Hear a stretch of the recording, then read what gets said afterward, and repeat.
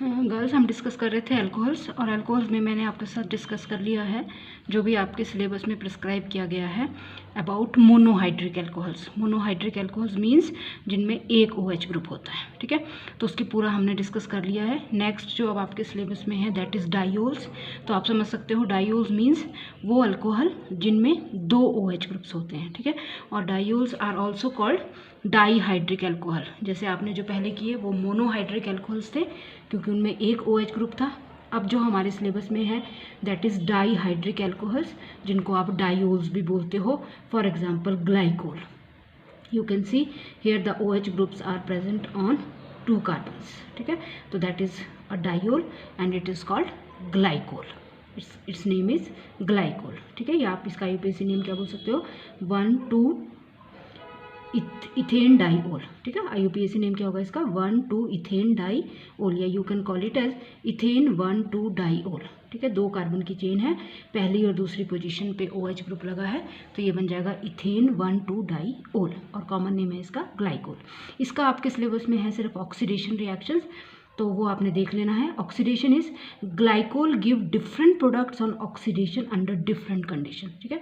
तो different conditions में different product बनते हैं, तो एक तरह से आपने इसको लर्न कर लेना है। For example this is glycol. जब आप इसको ऑक्सीडाइज करते हो तो पहले ये वाला जो ग्रुप है आपका वो एल्डिहाइड को ऑक्सीडाइज हो जाता है, ठीक है। ये एज सच रहेगा।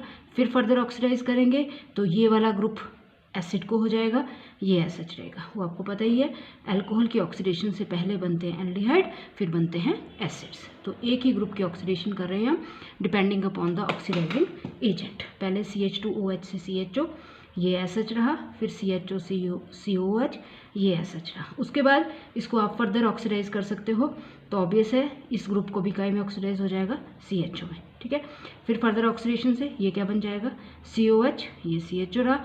फर्दर ऑक्सीडेशन से ये भी COH, ये भी COH। इसको क्या बोलते हैं, ऑक्सैलिक एसिड। तो आपने बस इसमें ये ध्यान रखना है, जो आपको पता भी है, कि जिस तरह से अल्कोहल के ऑक्सीडेशन से पहले एल्डिहाइड्स बनते हैं, फिर कार्बोक्सिलिक एसिड्स बनते हैं with the same number of carbon primary alcohol, उसी तरह से डायोल्स की ऑक्सीडेशन से भी एल्डिहाइड्स और एसिडिक ग्रुप आता है इसमें, लेकिन डिफरेंट कंडीशंस पे डिफरेंट बनते हैं। जैसे पहले ग्लाइकोल्डिहाइड बन जाएगा, फिर ग्लाइकोलिक एसिड बनेगा, फिर ग्लाइकोल्डिहाइड दोबारा से ऑक्सीडाइज होकर ग्लाइऑक्सल बनाएगा, फर्दर होके ग्लाइऑक्सैलिक एसिड बनाएगा, फर्दर ऑक्सीडेशन से ऑक्सैलिक एसिड। तो ये आपने एज सच याद करना है, ठीक है। इसमें याद रखना है कि विद, अगर आप oxidising agent nitric acid use कर रहे हो स्टूडेंट, तो आपने याद रखना है ग्लाइकोल जब ऑक्सीडाइज होता है विद नाइट्रिक एसिड तो फाइनल प्रोडक्ट क्या बनता है, ऑक्सैलिक एसिड। तो आपको ये पूरी चेन लिखनी है, that is oxidation of glycol to oxalic acid in the presence of nitric acid as oxidizing agent, ठीक है। तो ये जस्ट आपने देख लेना है, this is very simple, right. बस ये आपके प्रोडक्ट हैं, इसमें डिफरेंट कंडीशंस पे डिफरेंट प्रोडक्ट। नेक्स्ट जो आपने करना है दैट इज डायोल का oxidative cleavage of 1,2 glycols. 1,2 glycols means जहाँ आपका OH ग्रुप पहली और दूसरी पोजीशन पे लगा है, मतलब एडजेसेंट पोजीशंस पे। अब इसमें याद रखना है कि व्हेन ट्रीटेड विथ पर आयोडिक एसिड, HiO4 इज पर आयोडिक एसिड और लेड टेट्रा एसीटेट, ठीक है। जब आप ग्लाइकोल्स या डायोल्स को पर आयोडिक एसिड और लेड टेट्रा एसीटेट के साथ रिएक्ट करते हो, डायोल्स अंडरगो ऑक्सीडेटिव क्लीवेज, ठीक है। The reaction breaks CC bond and yield carbonyl compounds. कौन से carbonyl compound, aldehyde and ketone as oxidation product. तो मतलब क्या है बोलने का, कि जब आप ग्लाइकोल्स को, और पर्टिकुलरली कौन से ग्लाइकोल्स लेने हैं, 1,2 ग्लाइकोल्स, ठीक है। OH एडजेसेंट पोजीशन पे होना चाहिए, वो हैं 1,2 ग्लाइकोल्स। तो जब आप उनको ट्रीट करते हो पर आयोडिक एसिड, HiO4 या लेड टेट्रा एसीटेट से, तो यहाँ पे क्लीवेज होती है कार्बन कार्बन बॉन्ड की और प्रोडक्ट बनते हैं कार्बोनाइल कंपाउंड्स। Very simple. ये देखो आप, ये आपको एक ग्लाइकोल दिया है which is 1,2 glycol, adjacent position पे लगे हैं OH group. When it is treated with पर आयोडिक एसिड या लेड टेट्रा एसीटेट, तो ये बॉन्ड टूटता है और इस तरह से आपके पास कार्बोनाइल कंपाउंड्स के 2 मॉलिक्यूल्स बनते हैं, you can C, right. For example आपने लिया प्रोपेन 1,2 डायोल, ठीक है। अगर प्रोपेन 1,2 डायोल लिया पैरायोडिक एसिड, ये बॉन्ड टूटना है, एक बनना है फॉर्मेल्डिहाइड, एक बनना है एसिटल्डिहाइड, उसमें कुछ नहीं है, साथ में HiO3, साथ में वाटर। उसी तरह से अगर लेड टेट्राएसीटेट लेते हो, प्रोडक्ट फिर भी वही बनना है। अब क्या है, फॉर एग्जांपल जैसे मैंने ये वाला डाइयोल ले लिया, अगेन 1,2 डाइयोल, ठीक है, तो बॉन्ड यही टूटेगा, राइट, यही बॉन्ड टूटेगा और अब आपके पास यहाँ पे क्या बनेंगे, ऑब्वियस है 2 मॉलिक्यूल्स ऑफ कीटोन, एक बना RCr डबल बॉन्ड O, एक बना RCr dash double bond O, क्योंकि 2 एल्काइल ग्रुप मैंने डिफरेंट लिए हैं तो I am taking it as R dash, मतलब अगर ये मिथाइल है तो ये क्या है, इथाइल। तो क्लीवेज इसी बॉन्ड की होनी है, बनना क्या है, कार्बोनाइल कंपाउंड्स, 2 मॉलिक्यूल्स बनने हैं कार्बोनाइल कंपाउंड के, और साथ में अगर आप लेड टेट्राएसीटेट ले लोगे तो एसिटिक एसिड और डाई लेड एसीटेट बनेगा, एसिटिक एसिड और लेड एसीटेट।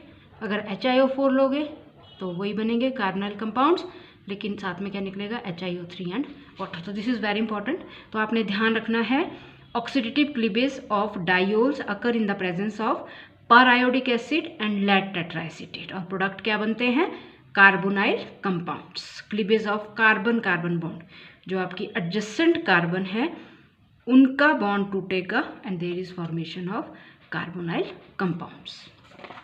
इसमें आपने थोड़ा सा याद रखना है कि ये जो HiO4, क्योंकि 2 डिफरेंट रिएजेंट ले रहे हो आप, HiO4 एक्वस मीडियम में वर्क करता है अच्छी तरह से, और लेड टेट्राएसीटेट ऑर्गेनिक सॉल्वेंट में, जैसे CCl4 हो गया, बेंजीन हो गया, इनमें वर्क करता है कौन, लेड टेट्राएसीटेट, ठीक है। तो अगर एक्वस मीडियम है तो HiO4 लेना है, अगर ऑर्गेनिक सॉल्वेंट ले रहे हो तो लेड टेट्राएसीटेट। अब याद रखना है, ये जो HiO4 होता है, it is also called मालाप्रेड reagent, it is also called मालाप्रेड reagent.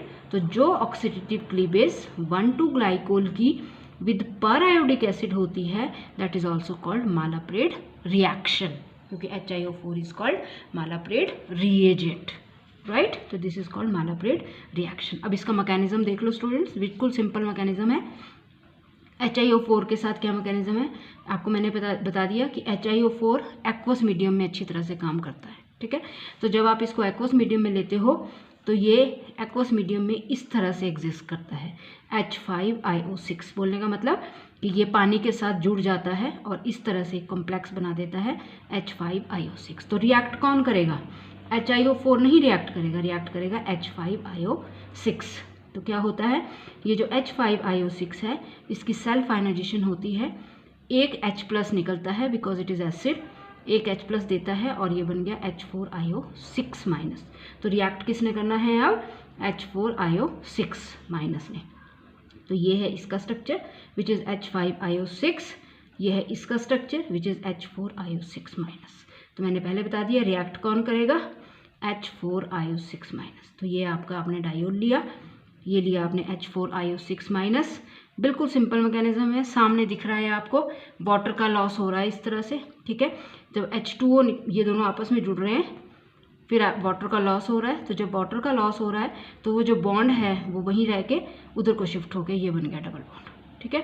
तो ये आपका O-, ये भी डबल बॉन्ड हो, ये आपका डबल बॉन्ड हो, ठीक है। ये बॉन्ड इधर को शिफ्ट होके डबल बॉन्ड हो, राइट। उसके बाद इसमें इंट्राचेंज हुआ, ये बॉन्ड इधर से इधर गया तो एक फॉर्मेल्डिहाइड, ये बॉन्ड इधर से इधर गया तो दूसरा फॉर्मेल्डिहाइड, क्योंकि क्लीवेज इस बॉन्ड की होनी है, ठीक है, और इस बॉन्ड की होनी है, ये क्या बन गया IO3-।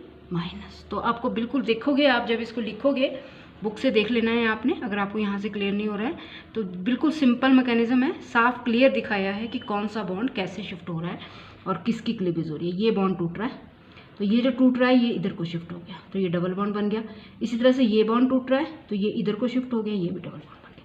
तो एक फॉर्मेल्डिहाइड, दूसरा फॉर्मेल्डिहाइड और एक बन गया IO3-, राइट। तो this is the mechanism with HiO4।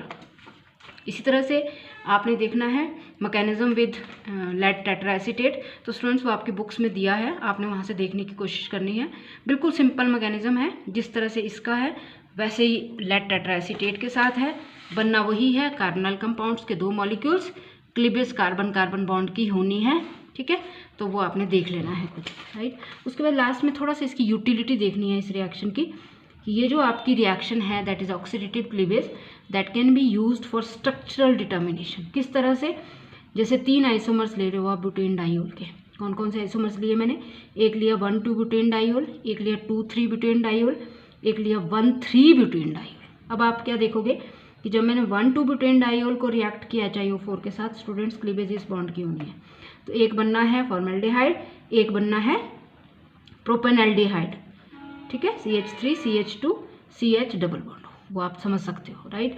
इसी तरह से जब मैंने 2,3 ब्यूटेन डाइयोल लिया, क्लीवेज इस बॉन्ड की होनी है, तो इसमें दोनों ही मॉलिक्यूल्स किसके बने हैं, एसिटल्डिहाइड के, ठीक है। क्वेश्चन है कि जब मैं 1,3 ब्यूटेन डाइयोल ले रही हूँ तो 1,3 ब्यूटेन डाइयोल का स्ट्रक्चर ये है, ठीक है, 1 और 3rd पोजीशन पे लगा है आपका ओल ग्रुप। तो आप क्या बोल रहे हो कि ये रिएक्शन नहीं देता है HiO4 के साथ। इसका रीज़न क्या है, तो इसका रीज़न ये है कि ये रिएक्शन सिर्फ वो डाइयोल्स शो करते हैं which have OH group on adjacent position, एक दूसरे के साथ, लेकिन पहली और दूसरी पे होना चाहिए, चाहे दूसरी और तीसरी पे हो, ठीक है।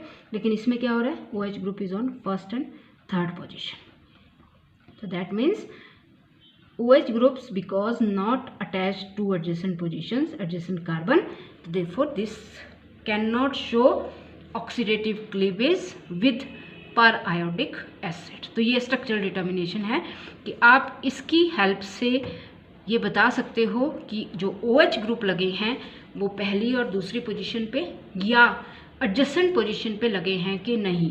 क्यों, क्योंकि सिर्फ वही डाइयोल्स इस रिएक्शन को देंगे जिनमें OH ग्रुप एडजेसेंट पोजीशन पे होगा, ठीक है। तो ये एक स्ट्रक्चरल डिटर्मिनेशन है, that is also called the utility of this reaction. और लास्ट में अब आपने करना है, इसमें एक और रिएक्शन दी है आपको, that is called pinacol पिनाकोलोन rearrangement, ठीक है students. This is very simple, मतलब थोड़ी सी देखने में आपको ऐसी लग रही है बट मैकेनिज्म इसका बिल्कुल सिंपल है, पिनाकोल पिनाकोलोन रीअरेंजमेंट। तो मैं उसको नेक्स्ट वीडियो में डिस्कस करती हूँ आपके साथ, पिनाकोल पिनाकोलोन रीअरेंजमेंट। Thank you.